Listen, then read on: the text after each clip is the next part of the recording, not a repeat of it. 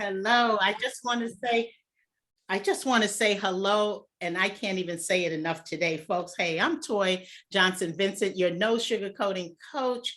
And you know what? We're at Speak to Me First podcast show today. Why am I excited? Well, I'm excited for a few reasons. Number one, I have a wonderful guest, and I'm telling you, you're going to hear a lot about her book, how she empowers young people, particularly young girls, youth, and we need more people to do that. So I'm really excited about that.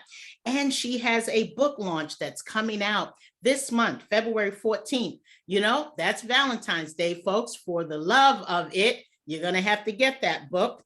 Believe me, you will want to get that book. And not only that, I want to say she is a native of New Jersey, and I'm in the next state, native of New York, but we both have some roots now in Atlanta. And of course, most recently with my conversation with Regina Coley, C-O-L-E-Y, she tells me now she's in Alabama. So if for those of you who are just tuning in and will see this either live or broadcasted, you can't catch up with her, okay? So the bottom line is make sure you get to her website and she'll give you all of that information in due time. But for now, let me tell you, she is a cultivator. No, first, she's an educator and she's a motivator. And of course, she's a cultivator. Oh, say that 3 times and see what happens when you do. And guess what? She is not only that, something else. She's a podcast host of the Called, C-A-L-L-E-D, to Cultivate podcast with Regina Coley, C-O-L-E-Y. And you'll notice her pictures out there and everything. She's all over social media, folks. You cannot miss Regina. With that said, let's just go ahead and start it. And I want one more thing. Oh, yes. For people, if you're out there and you're from an HBCU alumni, we're talking Howard is in the house, Washington, D.C., unmistakable. Bam. So now introducing Regina Coley. Hello, Regina. Welcome, welcome. Hello. Thank you for having me. Oh, you're quite welcome. You're quite welcome. I'm so happy we met. We actually met virtually through LinkedIn. And, we all kind of hang out over there on the career folks and a lot of the entrepreneurs, and there's so many people on that platform. So I'm really glad that I don't know how from your post or my post, maybe you responded or I responded to one of yours. It's just so nice.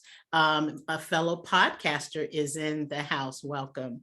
So Regina, can you start by telling people, tell people a little bit about you and what's the tie-in to your book and your book launch on the 14th? And please let us know, how are you empowering young girls in the communities? Okay. So I am an only child, grew up under my mother's wing, who was an educator. And throughout all of my experiences in school, I always participated in girls' programs, one of which my mother started to teach us about African-American culture, to really pour into young ladies, which caused me to matriculate throughout high school and attend the only all-girls boarding school in New Jersey, and then graduate to go on to Howard. But during my time in reflecting on my career and what I wanted to do next, I recognized all the spaces that shaped me, molded me, helped me to develop my own leadership skills, and recognized the need for that to continue, and saw a need there in DC when I finished college. And I found it Leading Ladies of Legacy, because if anybody knows anybody who graduated from Howard, everybody is a big name. And so the term legacy kept coming up for me. What will my legacy be? Will anybody even know that I went to the school? Will anybody know what I've done in this world? And that's your legacy. So I wanted to be able to teach young girls and young women to start to think about that, because every decision that you are making every single day is ultimately what leads to your legacy. So we can't just despise these day-to-day activities that we have, because they're ultimately building up our history, They're, helping us develop our future. It's so, so critically important. So I founded the organization while I was there, started at the Boys and Girls Club. We met in the basement. It has evolved now into an 11-year-old organization. We moved to Atlanta, started there, moved now to Alabama. We have roots here. And I'm just really excited about it. I wanted to make sure that girls had tools in their hands, which led to me authoring books. It's like books will live on forever. That's a part of my legacy, is making sure that my thoughts go into paper and they live on forever. So the book Non-Negotiables, which is coming out on February 14th is our launch date, is an opportunity for girls to think about their values, what is important to them, and how are they making that known in the world? Because we all find ourselves in situations where people can pressure us into doing things that we may not want to. And if girls are not intentionally thinking about what do I stand for and how do I make my convictions known in the world, then they might fall or succumb to something that can ruin their reputation or just not reflect the woman that it is that they're becoming. So the book really talks a lot about that, the value system, belief system, convictions, gives us some useful language and shared language that girls can use to help think about that ahead of time. So I'm really excited about the book and how it's going to help shape the lives of young women. Wow. And I'm telling you, if you're just tuning in, first of all, that's a lot of information. And I want you to know that the one thing that I noticed out of everything you said, it still comes back to in essence, you are empowering youth, young girls, because you mentioned you were the only child. And ironically, can you tell folks, I mean, I know we talked about this off camera, but you did say it was okay to share, that you are a mother of 7. Yes, ma'am. And I don't know how many of them are girls, but oh my goodness, they have a wonderful mom. The legacy is right in your own house right now. And then there is a congratulations course that you wanted to talk about. Yes, so I'm expecting our 8th child in now just about 6 more weeks. So we're looking at mid-March, and we will officially have 4 boys and 4 girls. So we'll be even now with our legacy building family. Well, I can tell you this, folks, and speaking directly to Regina, it sounds like you have another book coming. How about that? Or several books. You know what I mean? And believe me, when you talk about, in all seriousness, when you talk about your book and getting people to even to buy into the fact that they too can leave a legacy, even if you start out on the wrong foot. I don't know about you, but when you say you grew up as an only child, did you have a whole lot of women in your life, aunties or grandmothers on either side, or godmothers, if you will? Because not all of us had that, and some of us, our biological moms, we did not grow up with them as well. Could have been adopted moms and so forth and so on. So my point and question to you is, who actually was empowering you? What do you think, or who was it that sort of tapped into you, other than the HBCU that you attended, but is there someone way back when in your life, when you were coming up between Jersey and Atlanta, that really poured into you as a young girl? My own family. So my grandmother also had 8 children, but she had 6 girls and 2 boys. So I have 6 aunts and my grandmother and my mother, all of which who, when I started to really reflect on who was responsible, who groomed me for womanhood, it was my own family. But it also was a collection of my mother's friends who were there in New Jersey, who were teachers, who, their daughters and I played together. So we all kind of grew up together. All influential then too, just looking at them, seeing the work that they did, how they carried themselves, how they spoke, all resonated with me. So I've always been around a strong community of women that I can look up to who were exemplary. But specifically in my own family, it was my family members. So I definitely hold them in high regard because they were the example for me for what it means to have a career or a family, or to be a wife, or to be a mom. I just grew up being able to see that firsthand. Wow. And when you think about what's going on today. You know how we think about, oh, well, if you were sitting down with your grandmother, or some people still have great grandmoms who are still alive, or grandfathers. And we used to sit down and they would tell us stories. A lot of times when we got older, we were kids and we didn't want to listen to them. You know, they were trying to pour into something to us as young girls, and we didn't want to listen.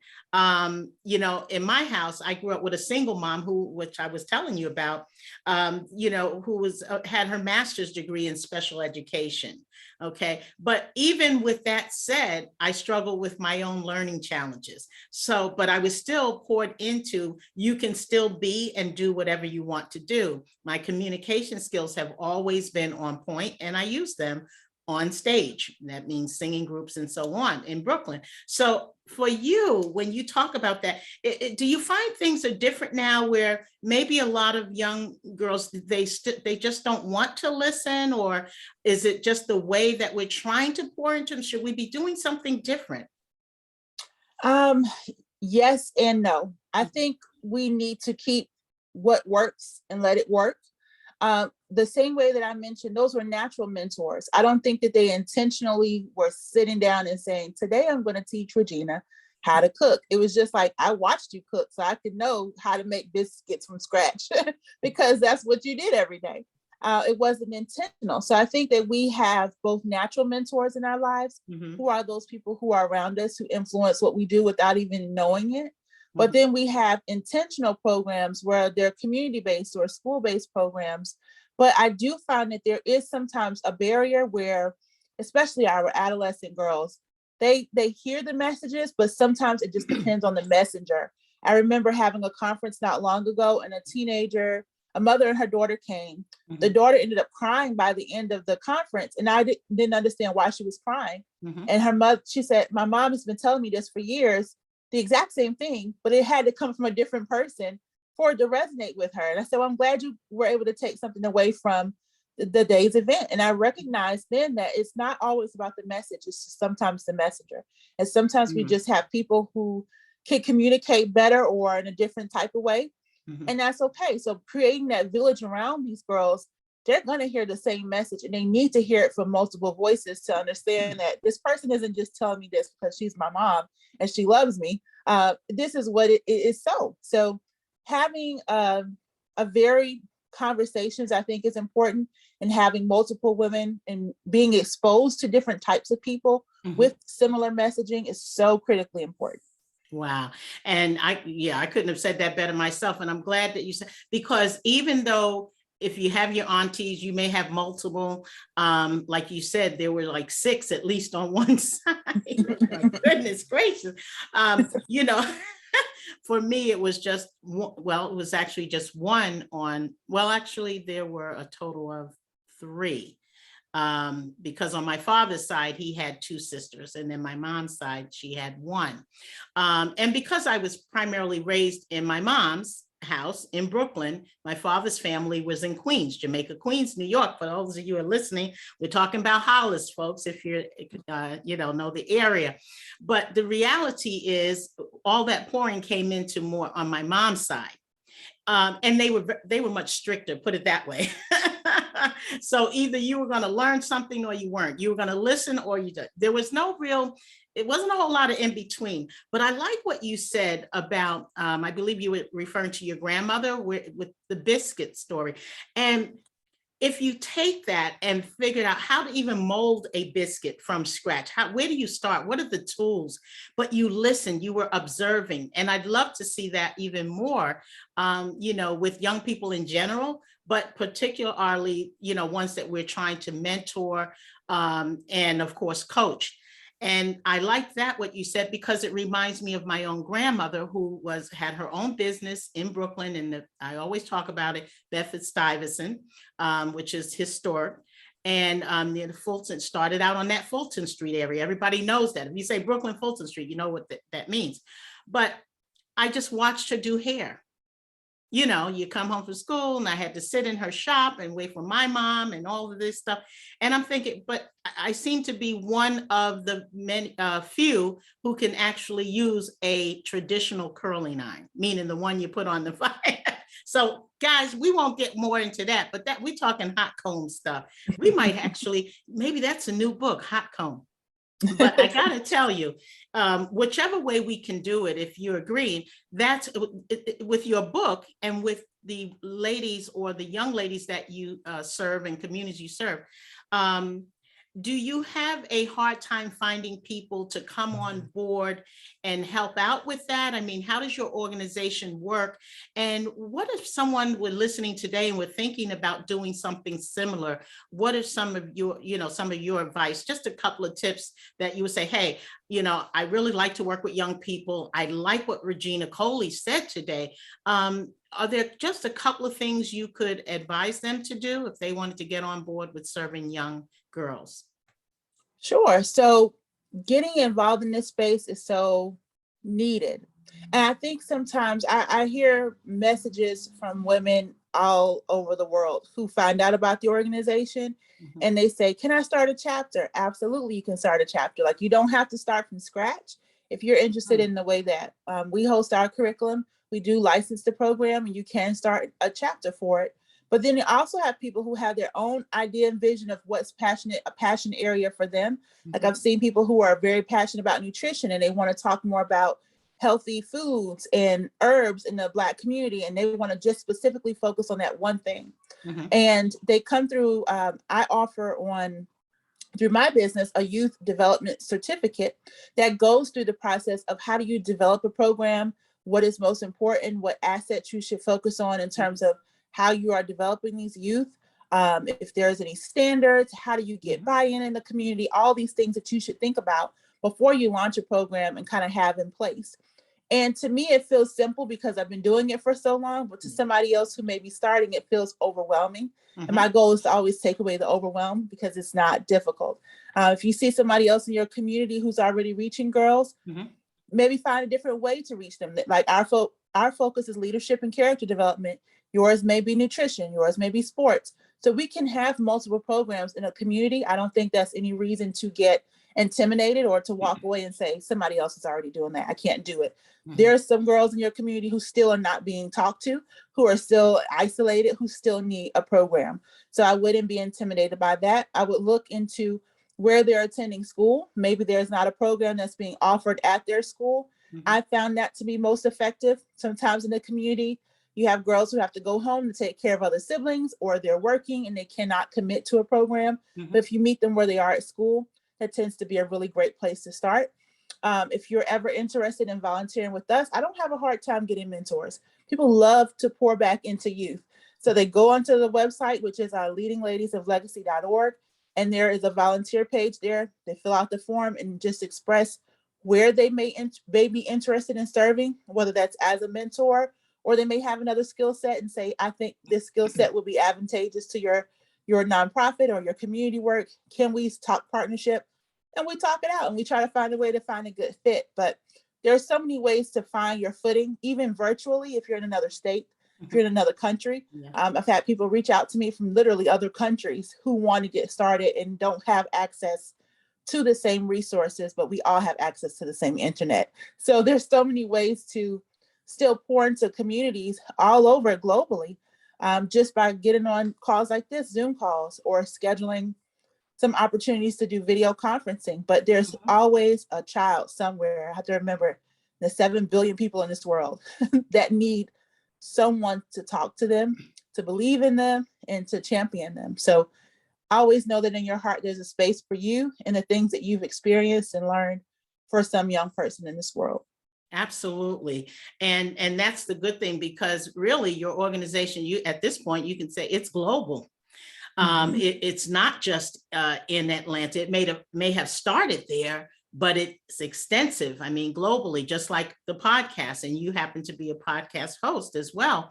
And, even as we're speaking, and of course, the interview will be shared globally. So if you're just tuning in and listening, I'm talking today to my guest, and her name is Regina Coley, Coley, currently based in Alabama, the state of Alabama, but by way of Atlanta. And initially, She started out in Jersey, folks. She is a Jersey lady.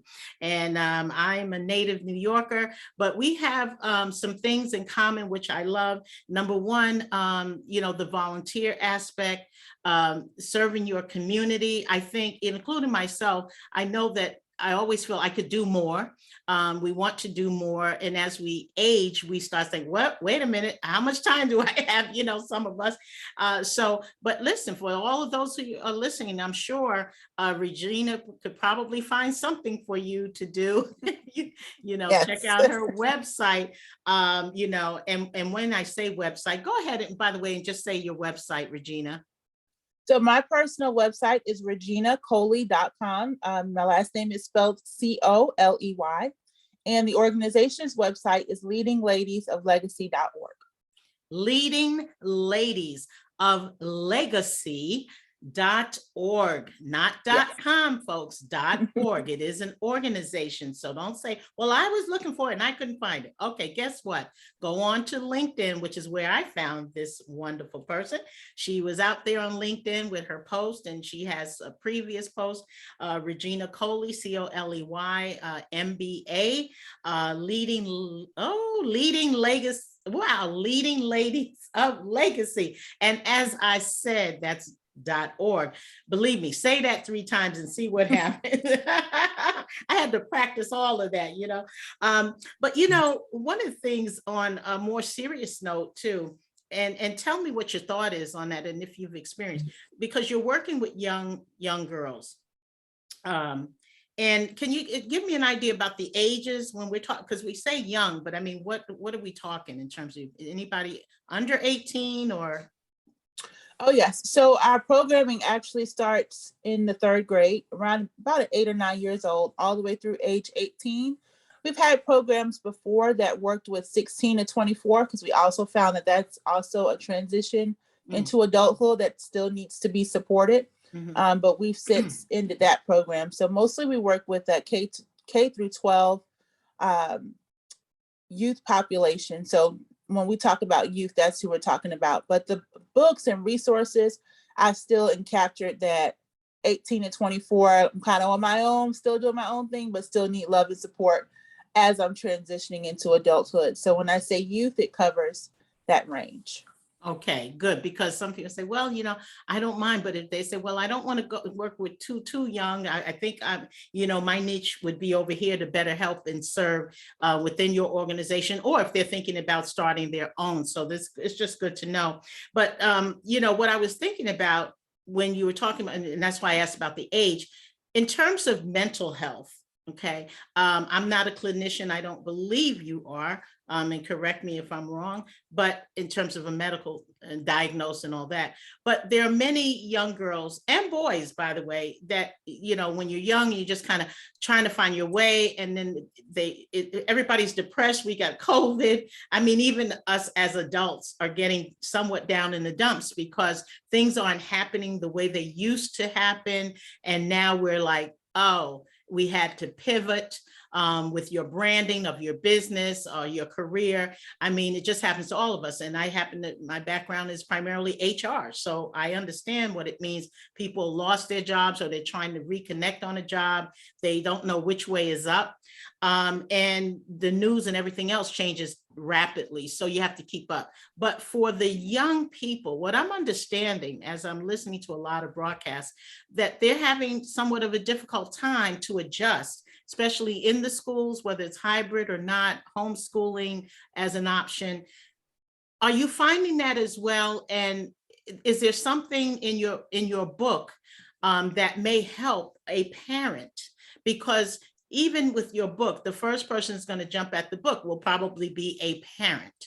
And so what can you offer on that, in that perspective, briefly, in terms either for the parent, or is there some kind of help out there within your organization? Are you just seeing it? I guess in essence, I'm asking, are you seeing this too? Yes. Yeah. So I definitely see it. And as an educator, it's that social emotional piece that has always been needed in our schools, but may not have been magnified in the way that it needed to be magnified. And I think the pandemic taught most of us that it needs to be magnified. And if your school isn't already addressing it, it needs to be addressed in your home. And I think that that was the biggest shift for so many people, was my emotions and how I feel every day are so deeply rooted with the people that I see on a day-to-day basis. And to no longer see them and to operate in isolation completely shifted everybody's mental capabilities, adult and children alike. And I think the adults were so busy focusing on how to adjust themselves that it was difficult to give that full attention to children who also needed that same mental support, who are adjusting to being on computers, who may not have been on them before, who are trying to talk to a screen. I know that at the beginning of the pandemic, my children who I homeschool now and had homeschooled previously, we have returned back to work and back to school to get back in the flow. I remember one day my daughter, she hadn't actually attended this school. She started the year on the computer. She wanted to talk to her classmates. She's social. The teacher said, I recognize that she wants to talk, but she can't talk to anybody in the Zoom chat. She needs to focus on her academics. Yeah. And I'm like, she's 6. She wants to make a friend in this classroom. You're going to have to give like 5 minutes, an icebreaker, a chance to cut that mic on for them to see each other and connect and know that there's another human being on the other end of the screen. Yes, academics are important, but their social piece is just as important. So when you realize sometimes educational institutions are not prioritizing the same things that are important to you, and that's important for me, for my children to be whole, educationally, emotionally, socially, mentally, all of these things. I look at the holistic child. Homeschooling was what we decided to go back to because I knew that that was something that I can provide for them.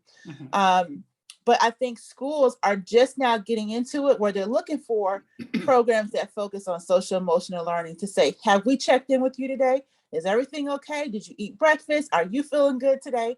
And they're really trying to make that shift. We had some stellar places who were doing that, but I think not everyone is recognizing, even at work, that breaks are needed, rest is needed, check-ins are needed, because we're dealing with real human beings here, not just employees, not just families, but humans. And we have to learn how to find that commonality again. But yes, our children are definitely struggling with it. I offer resources. I have a book that's all about social emotional learning. And it's for girls, but honestly, it's for any child. And it's a refresher for parents if they need it. To what are some ways that they can connect with their child, aside from the just, how was your school day today, sweetie? Which I think is something that every parent asks. How can we develop that conversation further so that we can really reach the heart of our children? Absolutely. And the thing is, because you have been in the classroom, you've been on the other side with the students, you're trying to get their attention. I'm telling you folks, if you're just joining us, I've been talking with Regina Coley. And yes, she is an educator. She's a motivator. And of course, more importantly, she's a cultivator. She's worked in the school system as an educator for many years. And one thing that, Regina, you have been dropping the gems today. There are many people that say, well, what's in a book? And I'll say, well, we're not going to go to the book. We're just going to do our own thing. Sometimes, you know, we all need to just try to get into a book. And if you get one thing out of that book, and then you pass that on to your child or multiple children in the home or your nieces and nephews that may be in that age range. In this case, we were focusing so much on the girls and young girls because of your organization. What is the one thing you might say to leave that person with today when they go to your book and they finish reading it? What do you think is something that they're going to actually get out of that book? What's at least the main thing that you're hoping that they get out of your book? It's how to set boundaries. I think boundaries are important. I think that this book is something that you can read with your own daughter, niece, grandmother. Read it for yourself. I know that we get resources for our kids, and I buy them for my daughters too. And I'm like, read that book out loud to me, because while you're getting fed, I'm also getting fed again. And that is an important aspect for me. It's like, it's not just me pouring into you. Sometimes I need a refresher myself on concepts and things that are important to me. I need to hear it just as much as you did. But the book really talks about boundaries and what is important to you, learning how to put yourself first. It's the reason why I'm launching it on Valentine's Day, because it's not about so much did somebody else give you candy, flowers, attention, or love. Did you give yourself that love and affection that you are so desperately looking for from somebody else. And it's the foundation I believe that we need to set for ourselves and for our daughters. It starts here first. Self-love starts here, and knowing yourself, learning what is important to you, and not just knowing it for yourself, but applying it in your life on a day-to-day basis. Does anybody else know that that is important to you? I remember one time, this is years ago on Facebook, I asked, can somebody tell me the top 3 things that are important to me, just based off of us being Facebook friends? And they were like, those girls, your family, your kids, like they know, they just know from following, like, you know, your kids, you all talk about them all the time. That girls group, you'll talk about that all the time. Your faith, because those things are important, but you recognize sometimes, does anybody else see in me what I see in me? And I think that that's an important thing to help our girls understand. You can believe it for yourself. You should believe it for yourself, but the people around you should also know, like, you might not want to approach her with that. You might not want to ask her to go to that party because she's doing something a little different over there. They need to know that, like, set yourself above. You are set apart for a reason. So I hope that people walk away with knowing that and walking in that full confidence that this is who I am. I've defined myself for myself, and I'm about to let the world know it. Absolutely. And wow, and let the world know it again right now. Please go ahead and say the name of your book. It is Non-Negotiables, the keys to defending and protecting your values.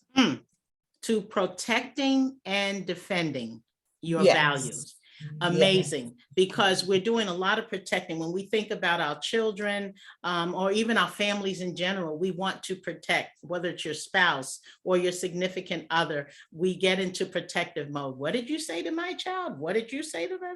So we get all of that. And for those of us who don't have children, we still may be pouring into other people's children, such as our nieces and nephews, etc. So it's really important. Would you say that the book, like you said, it really could be for anyone, but your primary audience for that particular book is the parents or guardians of young girls?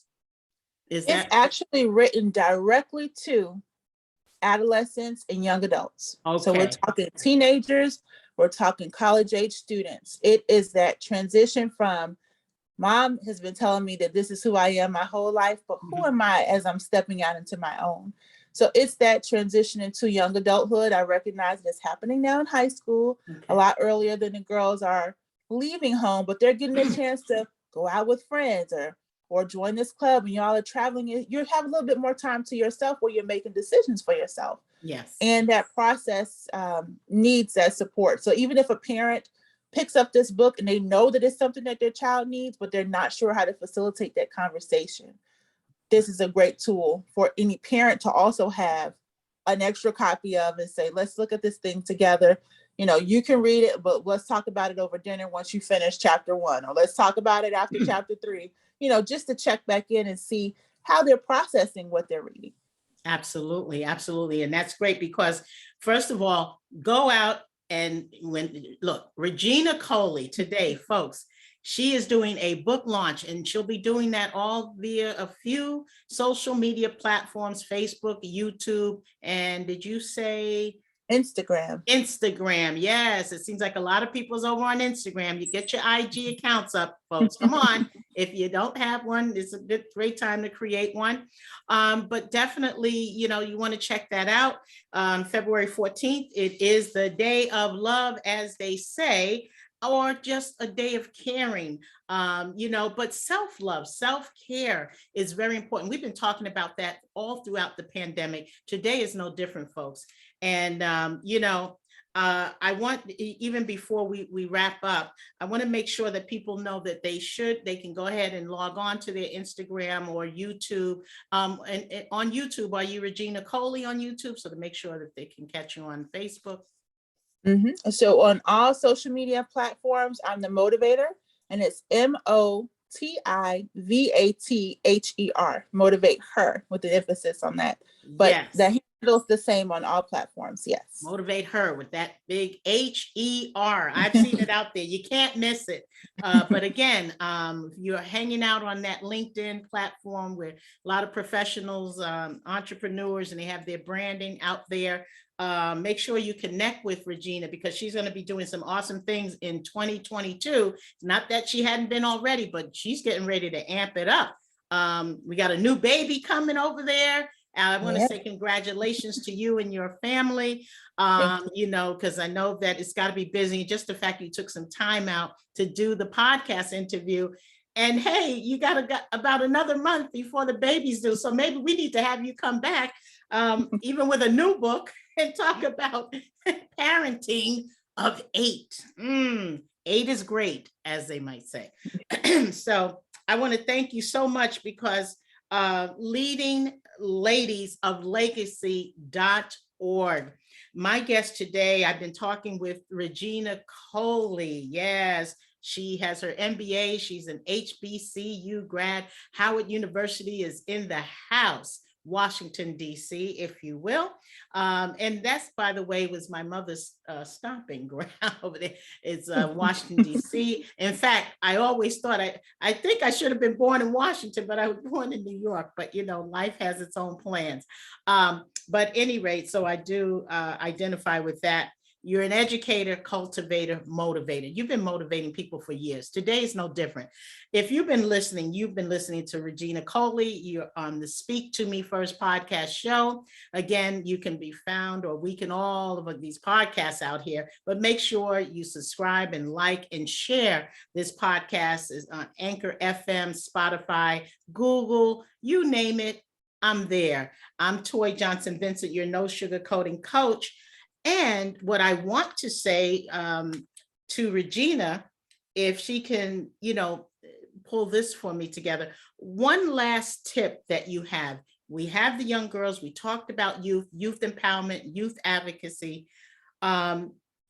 Is there one thing that you would leave this audience today with, so that they can be encouraged to take that time? Because we all say, we don't have time, I'm busy, I'm this, I'm that, I'm hybriding at work, I'm Zooming all day, I don't have the time. Is there something you would say as a mother of 7 that took the time to do this podcast interview?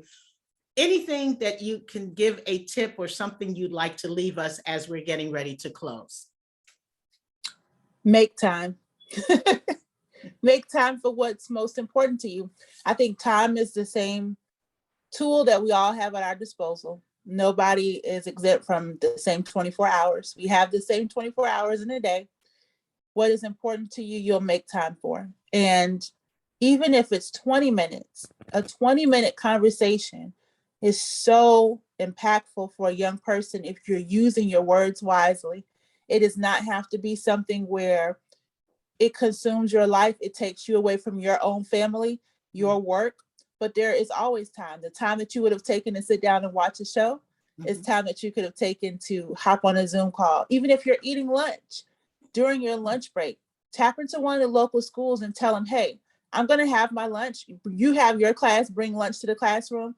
Let's connect on Zoom. Let's talk about my career and my career path. I want to talk to the young people. We are living in a world right now where we are so more connected than we've ever been to the people in the community around us, that we don't have any excuses as to why we can't do things. We still just make excuses because we don't want to do things. So if this is important to you, if you feel convicted, like I could do more, I should be doing more, and you're looking for some creative ways to spend your time or get involved, Google is your friend. I'm your new friend. Reach out. There are so many people who are still looking for supportive hands. So just plan on making some time this week. And even if it's small, and say, I have 20 minutes, I could commit my lunch break to doing something to make a difference for somebody else this week, and commit to that. Excellent, excellent. Well, I'll tell you, if you're having a graduation for the girls, I hope you consider me as one of your keynote speakers. I'd be happy to do that. Speaking is my thing, so if I can lend my hand to that, I'd be happy to do so. Thank you so much, Regina. Now I'm going to just go ahead and audience, I want to let you know, first of all, you've been listening to Speak to Me First podcast show.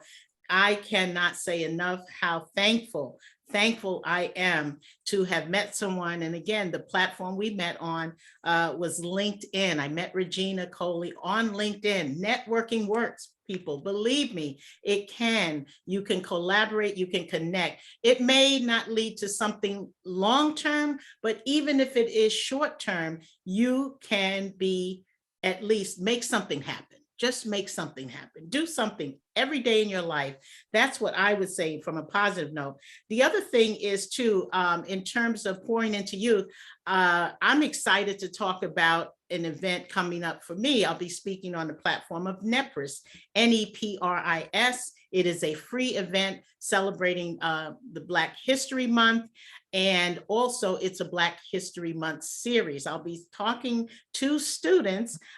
So I may need to call Regina before it's all over, but I'll be talking to students, the K through 12, but primarily as low as the 4th graders, about Public Speaking 101. Essentially, if you were on that stage as a young child, a kid, you always wanted to be in front of the stage. You were always talking to all of the people in your family. They said, hey, so-and-so will go up there, not just dance and sing. They actually were speaking and talking about something they were passionate about as a kid. You just loved people. You didn't mind it. You weren't too shy. And even if you were, you did it anyway.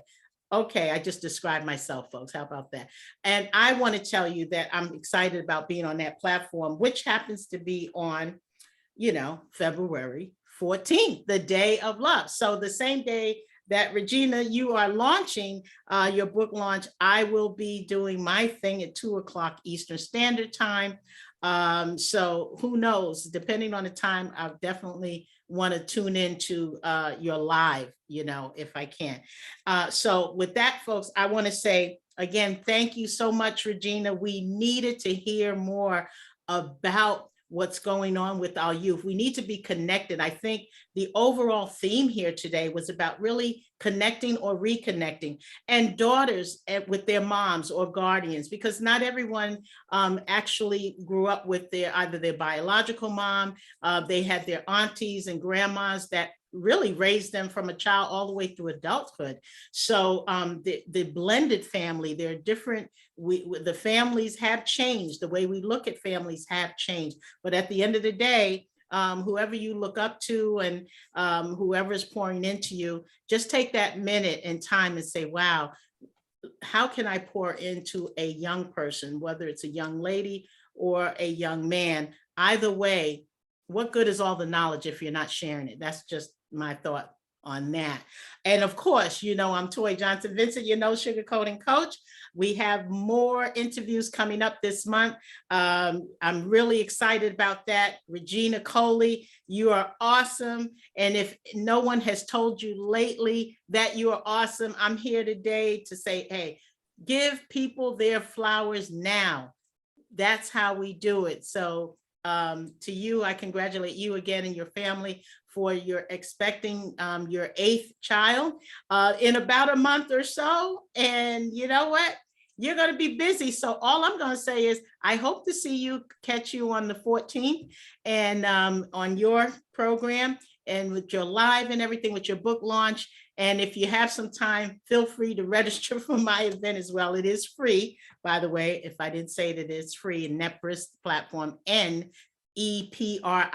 It's an educational platform, online education, K through 12. So thank you so much for joining me today. And I will talk with you soon.